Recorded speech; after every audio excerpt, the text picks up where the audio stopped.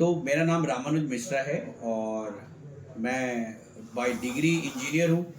मैंने बीटेक की पंतनगर यूनिवर्सिटी से और उसके बाद मैंने एमटेक आईआईटी खड़गपुर से किया क्रायोजेनिक्स इंजीनियरिंग में। 12th के बोर्ड के एग्ज़ाम होने वाले हैं, सभी जितने भी बोर्ड हैं उनके।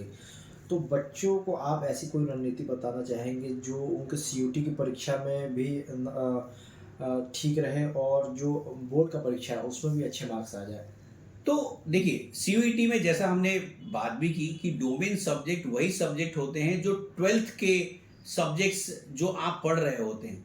हाँ, सीयूईटी में एक और बदलाव किया गया जो पहले बहुत सारे यूनिवर्सिटी इस बात को नहीं मानते थे। वो बोलते थे कि अगर आपने 12th में जो सब्जेक्ट पढ़े हैं उसी के आप सीयूईटी पेपर दे सकते हैं। बट इस बार सीयूईटी ने इस बात के लिए फ्री रखा कि अगर आपने वो सब्जेक्ट 12th में नहीं पढ़ा और आप उस पर जाना चाहते हैं तो आप वो टेस्ट लिख सकते हैं। ये बताता है कि आप इंटरडिसिप्लिनरी चेंजेस को लेके, अगर आपको लगता है कि आप साइंस पढ़ रहे हैं लेकिन आप ह्यूमैनिटीज पढ़ना चाहते हैं तो कल को आप हिस्ट्री का पेपर सीयूईटी में लिख के आप बीए हिस्ट्री और ऐसे एडमिशन्स के लिए आप जा सकते हैं। तो एक वेलकम चेंज है। लेकिन जो बच्चे 12th में हैं उनके लिए एक बहुत अच्छी सलाह क्या हो सकती है, क्योंकि जो वो सब्जेक्ट पढ़ रहे हैं और वो 12th के लिए तैयारी कर ही रहे होंगे, तो मेरा मानना है जब आप वो सब्जेक्ट पढ़ रहे हैं तो सीयूईटी के बहुत सारे मानक पेपर आपको मिल जाएंगे इंटरनेट पे। बहुत सारे ऐसे पोर्टल्स होते हैं जहां पे आपको वो सब क्वेश्चन मिल जाते हैं। तो जब आप पढ़ रहे हैं तो आप उसके प्रैक्टिस कर सकते हैं, क्योंकि 12th होने के बाद आपके पास केवल 1 महीना ही बचता है इस पेपर को देने के लिए। तो मेरा मानना है कि बच्चों को दोनों पर, क्योंकि पढ़ाई एक है, बेसिस एक है, अलग चैप्टर्स नहीं पढ़ने, अलग तैयारी नहीं करने, केवल आपको मल्टीपल चॉइस क्वेश्चन पे ऊपर थोड़ी सी प्रैक्टिस बढ़ानी होती है।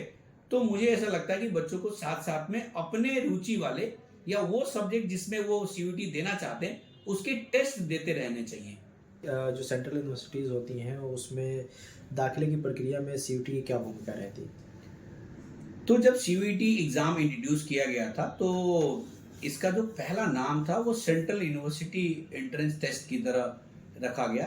बट बाद में जब इसका एम्बिट बढ़ता गया तो केवल सेंट्रल यूनिवर्सिटी ही नहीं, अब ऑलमोस्ट सारी प्राइवेट और स्टेट यूनिवर्सिटी भी इसमें पार्टिसिपेट कर रही हैं।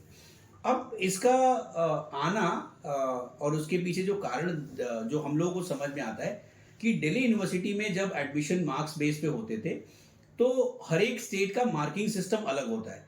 तो किसी स्टेट में बच्चों के 12th में मार्क्स 95-98% आते रहे और किसी स्टेट में बच्चों को 85 और 90 लाने में दिक्कत होती थी। तो इसका कोई एक सहज मॉडल नहीं था जिससे हम कंपेयर कर सकें। तो ये एक बहुत बड़ा वेलकम स्टेप था बच्चों के लिए, ताकि वो अपने काबिलियत के ऊपर इंटेंस टेस्ट के थ्रू इन यूनिवर्सिटीज़ में एडमिशन ले सकें। और दिल्ली यूनिवर्सिटी ऑब्वियसली उसमें सबसे सर्वश्रेष्ठ यूनिवर्सिटीज़ में लिया जाता है। तो शायद इससे बच्चों को काफ़ी मदद मिली और वो अपने एग्जामिनेशन के थ्रू, अपने सब्जेक्ट नॉलेज के थ्रू, एग्ज़ाम के थ्रू एडमिशन ले पाते हैं। अच्छा, ये अगला सवाल है कि सीयूटी का जो पेपर का पैटर्न होता है और उसके जो प्रश्नों के स्वरूप होते हैं वो किस तरह होता है, उस क्या होता है वो थोड़ा बताइए। जी, तो सीयूईटी को जब बनाया गया तो उसके पीछे एक बात रखी गई कि जो बच्चे 12th पढ़ रहे हैं उनके सब्जेक्ट का काफ़ी वेटेज उसके अंदर दिया जाए। लेकिन क्योंकि वो बच्चे आगे बढ़ के बहुत सारे अलग अलग डोमेन में अपनी पढ़ाई करने जाते हैं, कंपटीशन में जाते हैं, तो एक एलिमेंट लैंग्वेज का रखा गया कि बच्चा एक लैंग्वेज में भी अच्छा कर रहा हो और साथ में एक एप्टीट्यूड की भी मार्किंग रखी गई, ताकि ऐसे ऐसे सब्जेक्ट जहाँ पे इंटरडिसिप्लिनरी बच्चे जा रहे हों। अगर मैं कॉमर्स पढ़ता हूँ, शायद मुझे आर्ट्स पढ़ना हो या मुझे मैनेजमेंट पढ़ने जाना हो या मुझे लॉ पढ़ने जाना हो, तो एक एप्टीट्यूड टेस्ट की भी व्यवस्था की गई। तो मूलतः ये देखिए, तो 3 सेक्शंस होते हैं। पहला सेक्शन जो होता है उसको बोलते हैं लैंग्वेज, जिसमें हिंदी, इंग्लिश और इसके अलावा बहुत सारे रीजनल लैंग्वेजेस भी जोड़े गए। और जो दूसरा सेक्शन होता है उसको बोलते हैं डोमेन सब्जेक्ट्स, जिसमें जो आपने 12th में पढ़ाई की है उन्हीं में से चुने हुए सब्जेक्ट्स आप उसमें ले सकते हैं। और थर्ड सेक्शन होता है जिसको बोलते हैं जनरल एप्टीट्यूड टेस्ट। पिछले साल इसका नाम जनरल टेस्ट हुआ करता था, बट अब इसको चेंज करके जनरल एप्टीट्यूड टेस्ट कर दिया गया। तो हर यूनिवर्सिटी अपना एक मानक तय करती है जिसमें लैंग्वेज और डोमेन सब्जेक्ट्स कंपलसरी हो जाते हैं, और बहुत सारे यूनिवर्सिटी ने अलग से उन्होंने जनरल एप्टीट्यूड टेस्ट को भी जगह दी ताकि वो अपने बच्चों का एडमिशन कर सके। अच्छा, एक बच्चों में बड़ा कन्फ्यूज़न रहता है सीयूटी में नेगेटिव मार्किंग को लेके, तो इसको स्पष्ट कीजिए ताकि बच्चे थोड़ा समझ पाएँ कि क्या नेगेटिव मार्किंग होती है या नहीं होती है सीयूटी में? जी, तो सीयूईटी ही नहीं, आप अगर कोई भी कॉम्पिटिटिव एग्जामिनेशन में अगर आप जाते हैं तो एक अच्छी बात होती है कि आप एग्जामिनेशन लिख रहे होते हैं, लेकिन साथ में आप नेगेटिव मार्किंग जब होता है तो आप थोड़े सजग होकर लिखते हैं। तो सीयूईटी ने जो फॉलो किया वो 5 मार्क्स अवॉर्ड करते हैं सही होने पे, और 1 मार्क्स वो कट कर लेते हैं अगर आपके सवाल गलत होते हैं तो इसको 20% नेगेटिव मार्किंग आप कह सकते हैं।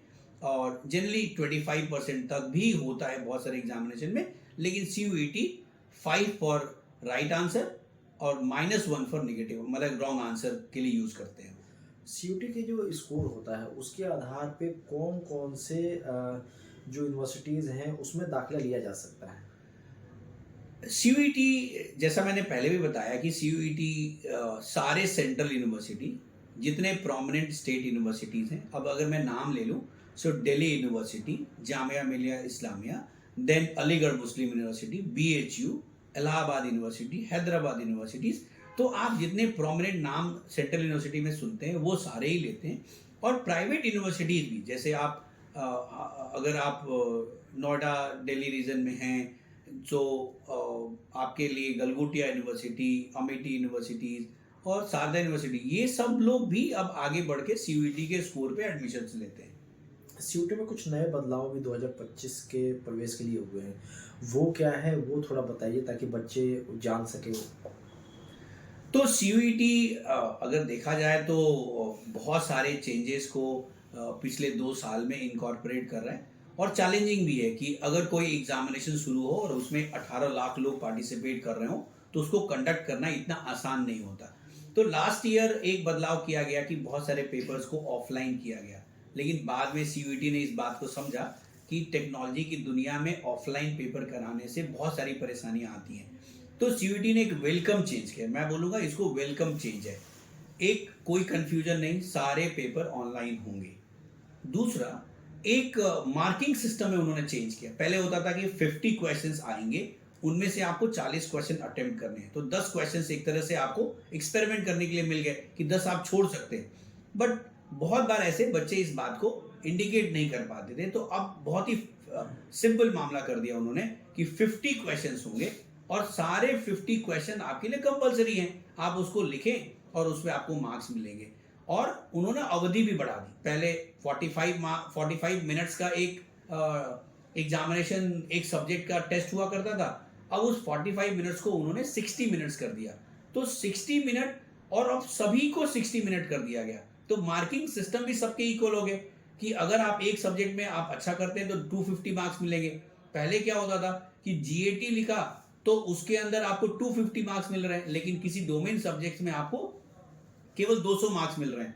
तो बहुत बार जब यूनिवर्सिटीज इसको अपने सिलेक्शन क्राइटेरिया में रखती थी तो किसी का 800 का बेंचमार्क होता था, किसी का 650 का बेंचमार्किंग होती थी। तो मुझे लगता है कि ये एक कंफ्यूजन दूर करने के हिसाब से अच्छी बात है कि सभी सब्जेक्ट 60 मिनट्स के टेस्ट पेपर होंगे, सभी में 50 क्वेश्चंस होंगे, और उसके हिसाब से हर एक यूनिवर्सिटीज अपने हिसाब से उसको तय कर सकती है कि क्या वो मानक रखना चाहते हैं सब्जेक्ट सिलेक्शन के लिए। सर, अंडर प्रिविलेज जो बच्चे रहते हैं उनके लिए भी आप काम कर रहे हैं, उसके बारे में थोड़ा सा बताइए। अंडर प्रिविलेज अगर आप कहें तो मैं ये बोलूँगा कि वो वैसे लोग जिनको हमारी सहायता की ज़रूरत है, और हमारी ही नहीं, मैं बोलूँगा कि ये एक तरह से किसी भी एक ऐसे व्यक्ति के लिए जो सक्षम है और जो किसी को हेल्प कर सकता है। जब आप किसी की हेल्प करते हैं तो ये मान के चले कि मैं हमेशा इस सिद्धांत को मानता हूँ कि बेसिकली आप अपने लिए अच्छा कर रहे हैं, उसके लिए आप क्या अच्छा कर रहे हैं इस बात को छोड़िए, क्योंकि उसने आपको एक मौका दिया कि आप किसी के लिए अच्छा कर सकें। तो एज ए टीचर जब भी हमें मौका मिलता है कि कोई ऐसी बच्चे को हम हेल्प करें ताकि वो एकेडमिक्स में अच्छा कर सके, तो इसको हम अपना काम मान के करते हैं। उसको जो हेल्प होता है तो उसके हिस्से में जाता है, लेकिन हमेशा हमें लगता है कि उसने हमें मौका दिया इस बात को करने के लिए, तो हम उसको लास्ट में हम थैंक यू बोलते हैं, रादर कि वो हमें थैंक यू बोले।